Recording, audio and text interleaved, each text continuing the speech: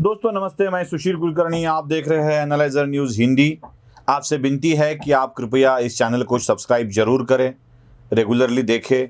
कुछ वीडियो पसंद आए तो उनको शेयर भी ज़रूर कीजिए।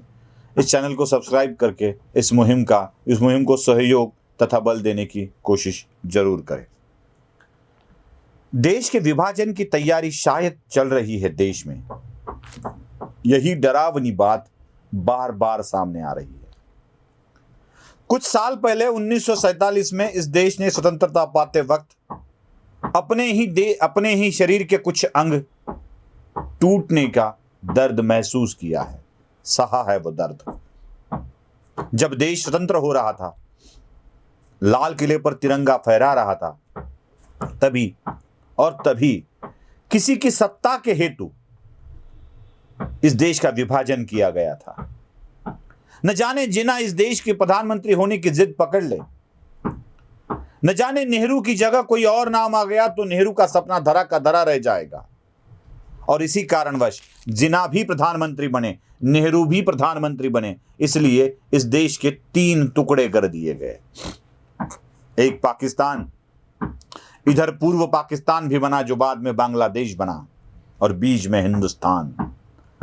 दुर्भाग्य देखिए, पाकिस्तान बनता है, बांग्लादेश बनता है, लेकिन हिंदुस्तान नहीं बनता है, वो भारत, इंडिया कहलाता है। देश में फिर से एक बार इसी तरह के विभाजन की प्रक्रिया चल रही है क्या? धारा 370 को हटाकर कश्मीर को फुल स्टेट का दर्जा निकालकर उसको यूनियन टेरिटरी बना दिया जाता है, पंजाब को शांत कर दिया जाता है, और देश में और एक बार एक स्टेट में ऐसी ही भाषा सामने आने लगती है। दोस्तों, डर लगता है। विभाजन का दर्द वही जानते हैं जिन्होंने यह सहा है। इस देश के नक्शे को हम सिर्फ नक्शा नहीं मानते हैं, इस देश के मानचित्र के साथ साथ हम अपनी माता का चित्र जोड़ देते हैं। वही माता जिसका हिमालय किरीट है और जिसके पग धोता हिंद महासागर बार बार अपनी लाटाओं से आके, अपने हाथों से आके इस मां के चरण को प्रक्षाल कर निकल जाता है। इस देश के मानचित्र में हम अपनी माता देखते हैं। माता के शरीर को कोई छिन्न विचिन्न कर देगा तो दर्द तो होता ही है, हृदय तो आहत होता ही है, और यही आहत होने का डर अब महसूस होने लगा है। क्या देश में विभाजन की स्थिति लाए जाने की कोशिश की जा रही है? वो भी कारण क्या है? कारण बस इतना है कि देश की सत्ता हमारे हाथ नहीं आ रही है, या आने की संभावना नहीं दिख रही है। वैसे तो देश की सत्ता इन लोगों के हाथ में आना संभव ही नहीं है, क्योंकि चींटी और हाथी की लड़ाई तो हो नहीं सकती। छोटा प्राणी हाथी के सामने टिक नहीं सकता। हाथी बन गई है भारतीय जनता पार्टी, और छोटे छोटे प्राणी अब कौन है और क्या कह रहे हैं ये मैं आपको बता रहा हूं। बार बार कुछ राजनीतिक दलों के लोगों के द्वारा कहे जाने वाली बातें आप जरा सुन लीजिए और उसके बीच का मतितार्थ निकालने की कोशिश कीजिए। उस वाक्य के अंदर गहराइयों से आप जाइए, आप भी महसूस करेंगे कि यह कुछ हो रहा है। महाराष्ट्र के मुख्यमंत्री ने पहले ही बार कह दिया था कि देश में लाल बाल पाल ने ही क्रांति लाई थी, ब्रिटिशों के सत्ता को उखाड़ फेंकने का मंत्र दिया था। अब लाला लाजपत राय, बिपिन चंद्र पाल और बाल गंगाधर तिलक, ये 3 नेता थे जो महाराष्ट्र, पंजाब और बंगाल से आते थे। इन्हीं नेताओं ने देश में असंतोष की शुरुआत कर दी थी ब्रिटिशों के खिलाफ। कर्म धर्म संयोग देखिए, ये बाल गंगाधर तिलक को तो नहीं मानते हैं, लेकिन प्रतीक स्वरूप बाल गंगाधर तिलक को जरूर ले लेते हैं, क्योंकि बाल गंगाधर तिलक को लोकमान्य कहा जाता है, और बाल गंगाधर तिलक तो ठहरे ब्राह्मण। अब ब्राह्मण को लोकमान्य का दर्जा कैसे दिया जाए? क्योंकि शिवसेना का हिंदुत्व तो सेंडी जनेऊ और चोटी जनेऊ वाला हिंदुत्व नहीं है, लेकिन उनको प्रतीक स्वरूप लेकर पंजाब, महाराष्ट्र और बंगाल में यही अशांतता है, असंतोष की भावना है, ये दिखाने की कोशिश हो रही है। अब संयोग यह है कि पंजाब में आम आदमी पार्टी, महाराष्ट्र में मिलीजुली सरकार और बंगाल में तृणमूल कांग्रेस, ऐसे 3 बगैर भाजपाई शासन कर रहे हैं और इन्हीं का मूलतः विरोध है, ज्यादा से ज्यादा विरोध है भारतीय जनता पार्टी को, खासकर प्रधानमंत्री नरेंद्र मोदी को। वो अपने बेतहाशा विरोध करते हैं, इतना कि मोदी समर्थकों की हत्या करने तक ये पीछे नहीं हटते हैं। पश्चिम बंगाल में हमने देखा है कि भारतीय जनता पार्टी के कितने कार्यकर्ताओं की हत्या हो चुकी है। अब पंजाब में भाजपा तो नहीं है, लेकिन फिर भी पंजाब में भाजपा को पीछे ढकेलने की कोशिश हो रही है। महाराष्ट्र में तो न जाने भारतीय जनता पार्टी के कितने नेताओं पर कैसे कैसे आरोप लगे हैं, यहां तक कि केंद्रीय मंत्रियों को भी जेल जाना पड़ रहा है।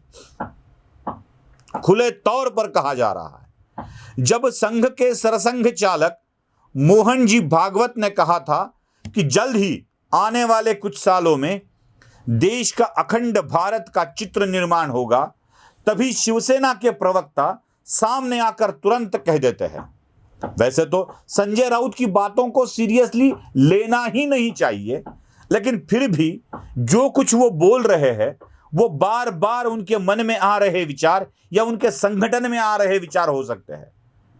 मोहन जी भागवत के तुरंत बाद संजय राउत बोले कि देश में विभाजन की स्थिति आ गई है, फिर से एक बार देश विभाजित हो सकता है। संजय राउत का यही विधान डर पैदा करता है कि क्या सच में देश में ऐसी स्थिति आ गई है।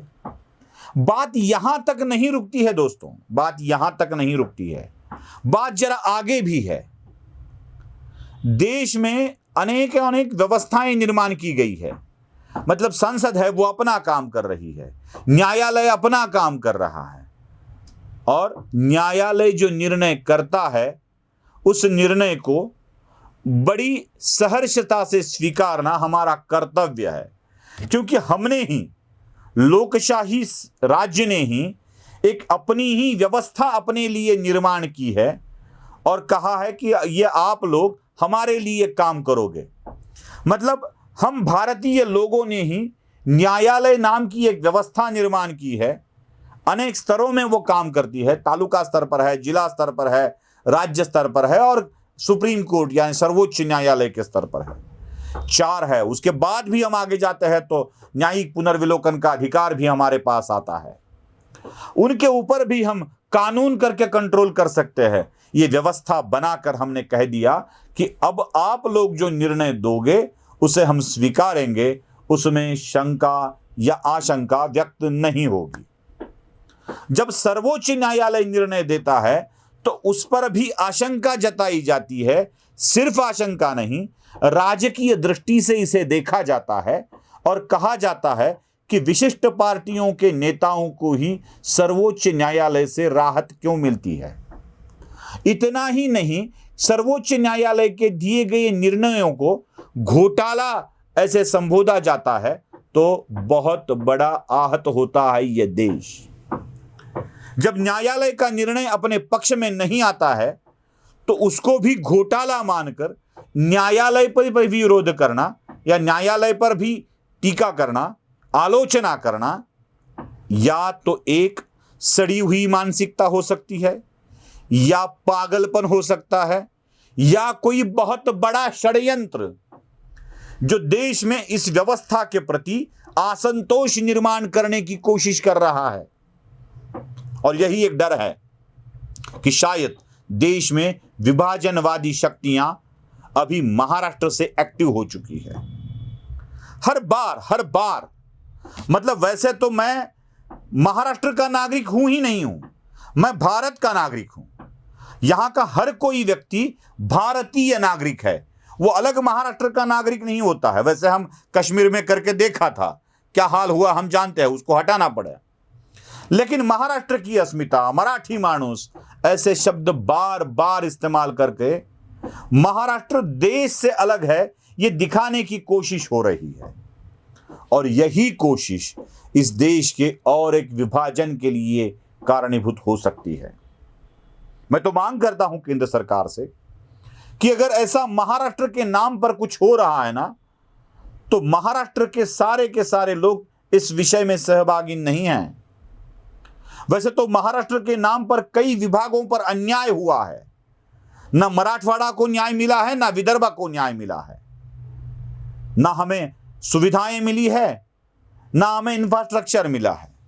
तो क्यों हम महाराष्ट्र के मराठी मानुस या महाराष्ट्रियन मानुस, मराठी ठीक है, महाराष्ट्रियन मानुस की हम ये करते रहे, गुणगान करते रहे।